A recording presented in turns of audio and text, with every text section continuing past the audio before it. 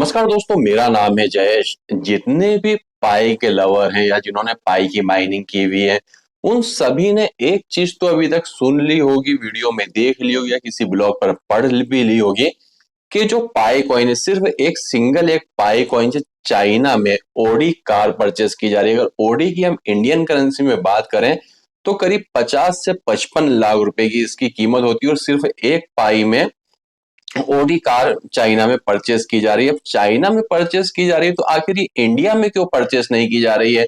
तो या तो जितने भी यूट्यूब पर वीडियो डले हुए, जितने भी ब्लॉग है, जितनी भी इंफॉर्मेशन आ रही है, सारी फेक इंफॉर्मेशन है कि जब चाइना पे में एक पाई कॉइन से जो इसका जीसीबी वैल्यू है उससे एक ओडी कार खरीदी जा सकती है, तो आखिर इंडिया में क्यों नहीं खरीदी जा सकती है? तो वही मैं आपको इस वीडियो में बताऊंगा। ना तो वो वीडियो फेक है, ना वो ब्लॉग फेक है। आखिर इंडिया में ये प्रॉब्लम क्यों आ रही है कि आप यहाँ पर कोई भी जो प्रोडक्ट है वो बहुत ही कम आप यहाँ पर जीसीबी पर आप परचेस कर पा रहे हैं, क्योंकि इसके यूजर्स तो इंडिया में काफी ज्यादा, मगर इकोसिस्टम में ज्यादा नहीं फैला हुआ। आपको पता होगा कि पाई ने अपना इकोसिस्टम बिल्ड किया जिसमें कि 100+ एप्लीकेशन है उसको सपोर्ट करने के लिए, जिसमें आप पाई के थ्रू एड सर्व कर सकते हैं, इंटरनेट पर शॉपिंग कर सकते हैं।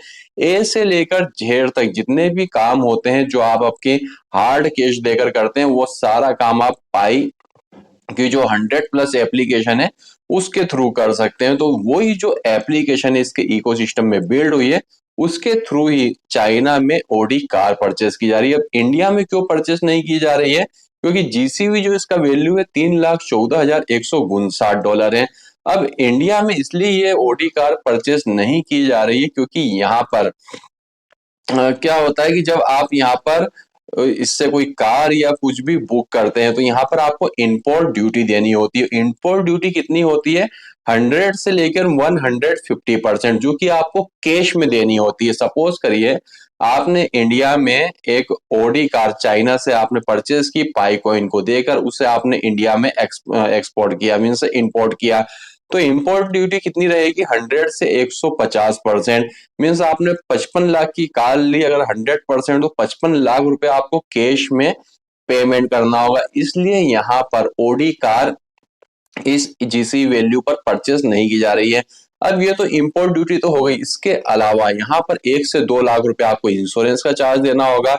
उसके बाद में यहाँ पर आपकी जो कार हैंडलिंग चार्ज होता है वो 30 से 50 हजार रुपये देना होगा। आरटीओ का जो चार्ज रहता है वो 6 लाख रुपए हो जाता है। इस तरीके से देखा जाए तो अगर आप सिर्फ एक पाई कॉइन जो जीसी वैल्यू उससे अगर चाइना में अगर आप कोई कार परचेस करते हैं ओडी कार, तो यहाँ पर उसे लाने के लिए करीब आपको 2 करोड़ रुपए खर्च करने होंगे। इसलिए यहाँ पर इंडिया में आपको ये जीसी वैल्यू पर कार या कुछ भी चीजें आपको इंपोर्ट होते हुए नहीं दिखाई दे रही, सिर्फ यही कारण है। मगर चाइना और दूसरी ऐसी काफी सारी कंट्रियां हैं जहां पर मैंने अपने टेलीग्राम पर काफी बार आपको इमेजेस शेयर किए हुए हैं और कुछ वीडियो भी शेयर किए हुए, जहां पर टैक्सी ड्राइवर से लेकर जो प्लॉट्स होते हैं, जो प्रॉपर्टी होती है, वो भी पाई कॉइन से परचेस की जा रही है जीसी वैल्यू से।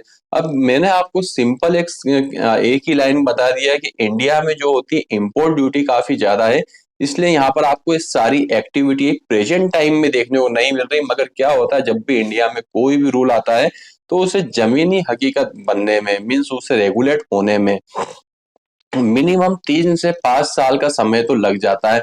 अगर अब मैं आपसे बात करूं कि सपोज करिए आपका कहीं पर लैंड है, प्लॉट है, अगर वहां पर कुछ भी वहां पर डेवलपमेंट होता है तो सबसे पहले क्या होता है, उसका एक प्रस्ताव पारित होगा, उसके बाद में पेपर में न्यूज आएगी और न्यूज आ जाने के 8 से 10 साल बाद वो जो होगा प्रोजेक्ट आपको जमीन पर दिखाई देगा।